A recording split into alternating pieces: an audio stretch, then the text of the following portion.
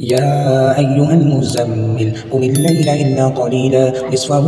أو انقص منه قليلا أو زد عليه ورتل القرآن ترتيلا إنا سنلقي عليك قولا ثقيلا إن ناشئة الليل هي أشد وطئا وأطول قيلا إن لك في النهار سبحا طويلا واذكر اسم ربك وتبتل إليه تبتيلا رب المشرق والمغرب لا إله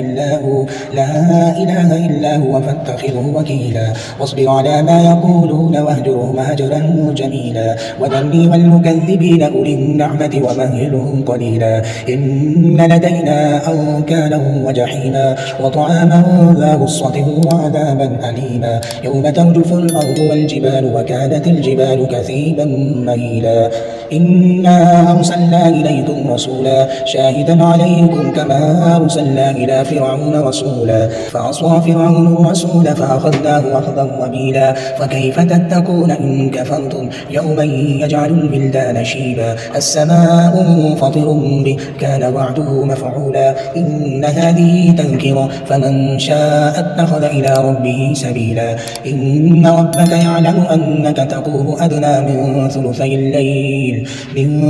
الليل ونصفه وثلثه وطائفة